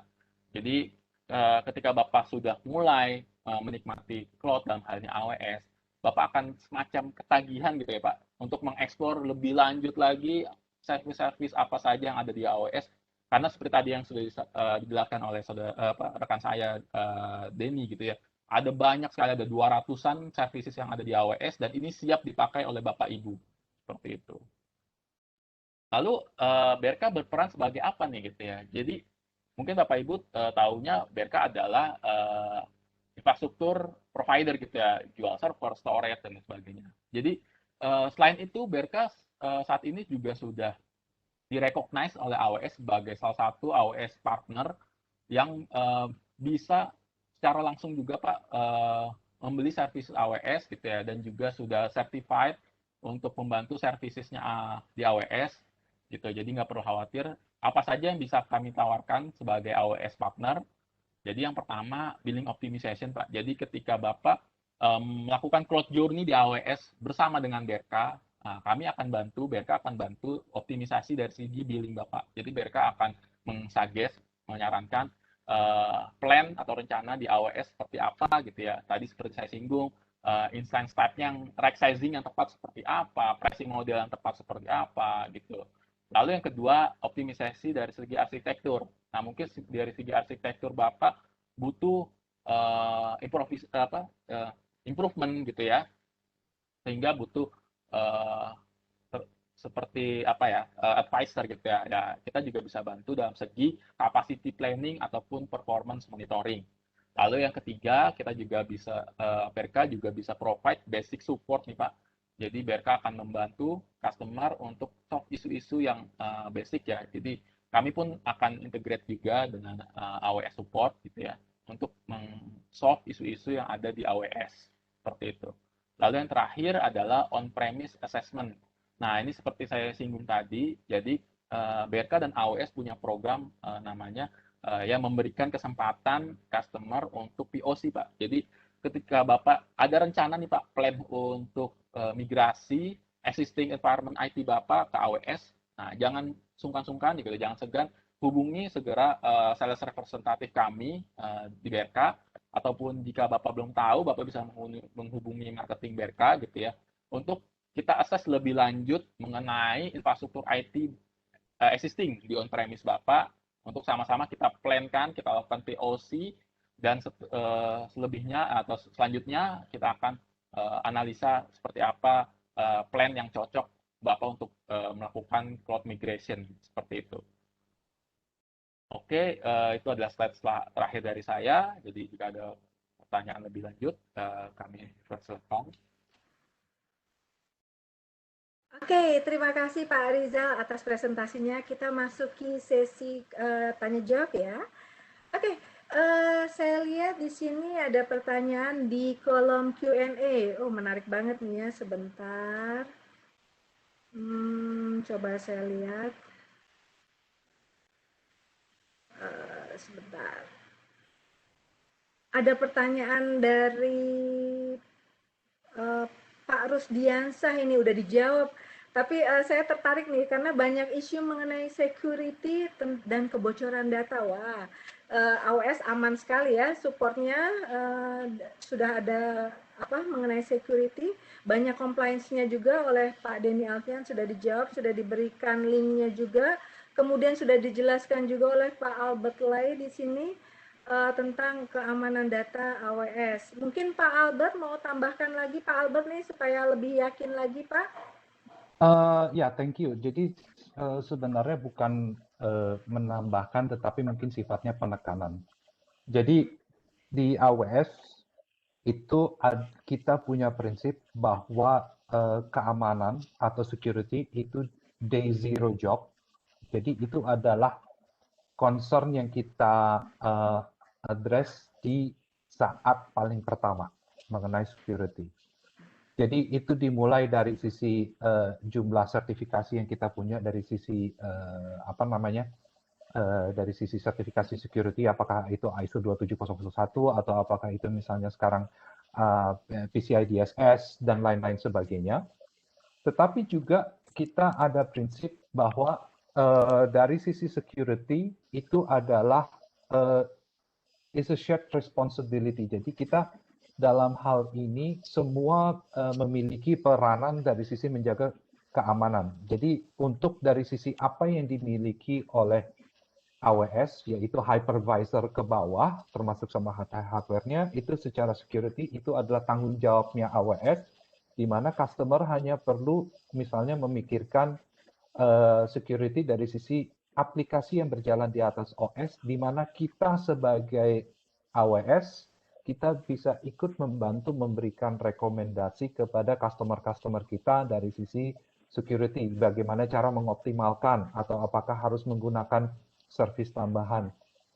Nah, di mana kalau kita bicara security, itu bukan hanya security dalam konteks security dari sisi kebocoran data, privacy, dan yang lain-lain, tetapi security yang dimaksud di sini adalah apakah data tersebut itu selalu available. Jadi di mana kita juga membicarakan di sini konsep availability zone. Jadi mungkin kita udah tidak ngomong lagi HA sebagaimana layaknya, sebagaimana konsep HA di dalam konsep hardware, tetapi kita udah berbicara dari sisi kalau Bapak ingin menggunakan HA, tinggal menyalakan fitur availability zone, apakah availability zone ini mau dilakukan di multi-region atau mau tetap dijaga di dalam satu region, di mana itu yang nanti juga akan kita sediakan di region launch kita. Jadi tadi saya juga share satu link di sisi di chat window dari sisi bahwa security ini adalah pekerjaan semua pihak dan tanggung jawab semua pihak. Baik kita sebagai AWS, di mana kita membantu juga dari sisi customer untuk meningkatkan security-nya. Semoga menjawab pertanyaannya. Ya, semoga menjawab ya. Terima kasih Pak Albert atas penekanannya. Oke, kita lihat ini pertanyaan di kolom Q&A sepertinya sudah dijawab semua nih ya. Sebentar. Oh, dari Pak Eko Haryanto. Apakah di AWS ada mekanisme tools untuk menangani ransomware atau malware lainnya? Mungkin bisa dibantu jawab Pak Rizal atau Pak Denny? Ya, jadi di AWS sendiri toolsnya sangat lengkap ya. Jadi dari ransomware gitu ya. Jadi sebelum itu sudah ada detection, kita bisa bantu detection gitu ya. Dan kalaupun kita pasti nggak menginginkan ya, tapi kalaupun masih terkena gitu ya, kita juga sudah AWS sendiri sudah sangat-sangat support mengenai backup. Jadi di AWS ada namanya snapshot ya, atau backup. Jadi ketika ya amit-amit terkena gitu ya, data nggak hilang gitu saja, kita bisa tinggal restore berdasarkan snapshot berapa saat yang lalu seperti itu. Jadi nggak perlu khawatir Bapak Ibu jika memang isu ransomware ini sudah dipikirkan gitu ya oleh AWS. Jadi sudah sangat-sangat support lah di AWS untuk mengantisipasi ransomware tersebut.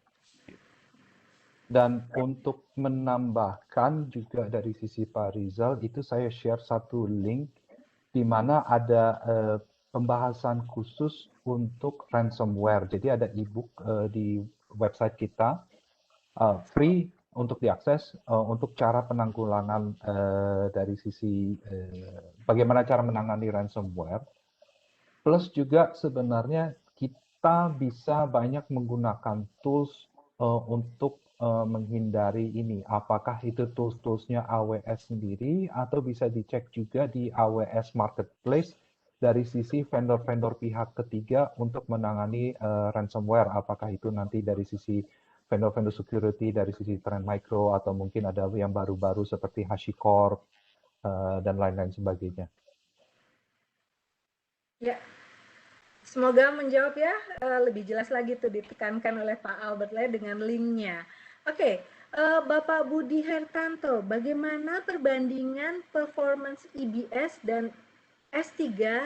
S3 ini setara dengan yang mana? GP2 atau IO1? Ya, jadi sebenarnya IBS dan S3 ini service yang beda nih Pak ya. Jadi kalau IBS ini kan apa sih bedanya gitu ya? Kalau IBS ini kan dia nempel ke instance Pak, kalau saya bilang EC2 gitu ya Pak. Jadi ini nggak bisa di-sharing gitu ya. Jadi hanya satu EC2 instance yang bisa connect ke IBS dalam waktu bersamaan. Nah ini storage class-nya juga tadi sudah saya jabarkan gitu ya, berdasarkan kelasnya. Nah sedangkan S3 sendiri didesain kita sebutnya object storage Pak. Jadi bisa menampung jenis data apapun, mau itu unstructured gitu ya, seperti video, audio, dan lain sebagainya, dan sudah support untuk menyimpan metadatanya gitu ya. Dan ini storage class-nya juga sudah saya jabarkan ya, ada yang high, ada yang hot, ada yang warm, ada yang cold gitu ya. Dan ini emang sesuai dengan kebutuhan Pak. Jadi kalau Bapak butuhnya object storage itu menggunakan S3, jadi nggak bisa pakai, tidak disarankan pakai EBS Pak. Tapi kalau butuhnya EBS gitu ya, yang memang nempel di EC2 ya menggunakan EBS Pak, bukan menggunakan S3 seperti itu Pak. Jadi sesuai dengan kebutuhan dari Bapak dan atau Ibu seperti itu. Oke, semoga menjawab ya Pak Budi ya. Ini ada pertanyaan dari Pak Nanang, menarik nih. Ini berdasarkan gosip ya. Bagaimana tanggapan security dari Israel yang bisa ditembus Malaysia yang beredar dari kabar kalau termasuk tiga negara yang mau diserang secara fisik? Ini gosip atau apa nih Pak Nanang nih? Mungkin bisa dijawab. Bagaimana tanggapan security dari Israel yang bisa ditembus Malaysia yang beredar kabar kalau termasuk tiga negara yang mau diserang secara fisik? Oke, saya mungkin jawabnya secara Pak Rizal, coba iya, saya ambil ini ya. boleh Pak. Jadi balik lagi dengan penekanan tadi di jawaban saya pertama, kalau mengenai AWS sendiri, kita tanggung jawab security itu adalah kerjaan dari sisi day one, dan bahwa untuk dari sisi security ini adalah shared responsibility. Pertama dari sisi AWS itu kita untuk OS ke bawah, dan sisanya untuk ke atas dari sisi customer data kita bantu memberikan input-input kepada customer kita untuk bagaimana cara mengoptimalkan security-nya di masing-masing tempat customer. Oke, semoga menjawab ya. Terima kasih Pak Albert atas tanggapannya. Oke, sepertinya sudah dijawab semua ini pertanyaannya. Tapi jangan khawatir bila Bapak Ibu masih ada pertanyaan, Bapak Ibu bisa menulis pertanyaannya di feedback form yang sebentar lagi akan ditayangkan, atau bisa call PIC kami, marketing juga nanti yang akan ditampilkan di closing. Untuk pertanyaan-pertanyaan tersebut nanti tim kami akan membantu menjawabnya. Oke, terima kasih Pak Rizal atas presentasinya. Kita memasuki sesi berikutnya ya. Kami mohon kesediaan Bapak Ibu untuk mengisi feedback form. Feedback form ini merupakan masukan bagi kami agar event kami ke depannya lebih baik lagi. Dan mengisi feedback form adalah persyaratan untuk mendapatkan lucky draw di akhir acara. Penasaran kan? Dan sebagai bentuk apresiasi, Bapak Ibu akan mendapatkan voucher OVO atau GoPay senilai 100.000 dengan ketentuan sebagai berikut. Voucher, Bapak Ibu mengisi feedback form menggunakan email bisnis. Ini akan diverifikasi oleh marketing dan akun OVO-nya atau GoPay-nya valid ya. Jangan mengisi akun OVO ternyata ketika di transfer tidak valid. Ternyata akun yang Bapak punya adalah akun GoPay dan itu kita langsung anulir. Data akan diverifikasi oleh panitia dan proses transfer OVO atau GoPay sekitar 7 sampai 14 hari kerja. Oke, silakan Bapak Ibu scan barcode yang tampil di layar atau klik link yang ada di chat box. Kami beri waktu beberapa menit untuk mengisi feedback form sebelum link di closing.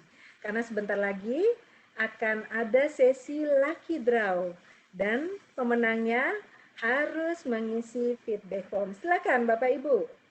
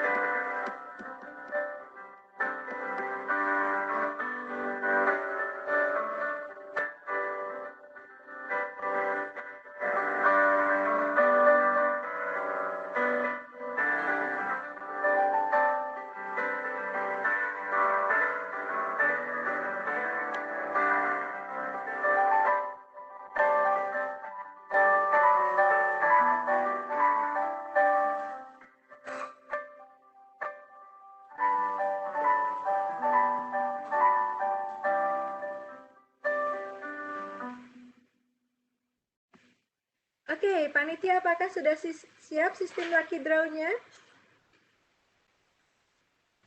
Rika, apakah sudah siap? Oke, siap, Bu. Oke, Bapak Ibu sekalian, kita sampai di ujung acara, yaitu sesi lucky draw yang ditunggu-tunggu. Akan ada hadiah 500.000 untuk 3 pemenang. Jadi masing-masing pemenang mendapatkan Rp500.000 voucher OVO atau GoPay. Oke, jangan lupa kita akan undi segera. Oke, silahkan Rika di shuffle. Ya. Ini untuk satu orang dulu ya, Bu? Oke, baik. Kita satu pemenang mendapatkan... Langsung, Bu. Langsung 3 orang ya? Oh, langsung. Oke, baik. Silahkan di stop. Oke, siapakah nama yang beruntung? Oke, siapa itu? Aduh, tidak terbaca ya. Maaf. Bapak Handi Agung. Bapak, siapa itu Rika? Sorry, saya nggak kebaca nih. Untuk yang pertama ada Bapak Hardi Agung, ada Bapak Dago Rizal Nur Halim, dan Bapak Bagit Airlangga.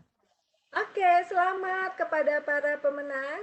Jangan khawatir yang tidak mendapatkan voucher OVO atau GoPay senilai 500.000 tetap mendapatkan voucher OVO atau GoPay senilai 100.000 tapi dengan syarat mengisi feedback form yang sudah ditampilkan tadi dan menggunakan bisnis email. Jangan lupa voucher OVO atau GoPay akan diberikan 7-14 hari kerja. Oke, dengan berakhirnya sesi Lucky Draw ini maka berakhir pula BRK Live Webinar dengan tema Create Value and Transform Your Business with Cloud Migration.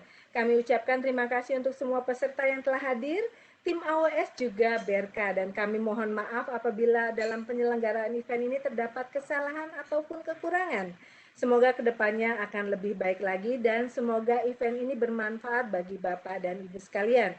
Kami mohon pula kesediaan Bapak Ibu untuk follow all sosial media kami dengan akun yang tampil di layar. Dan bila masih ada hal-hal yang perlu didiskusikan, Bapak Ibu bisa menghubungi tim kami yaitu Tita Inayah Irwanti atau Rika Nursoba. Sampai jumpa lagi di acara berikutnya. Selamat siang. Bye-bye.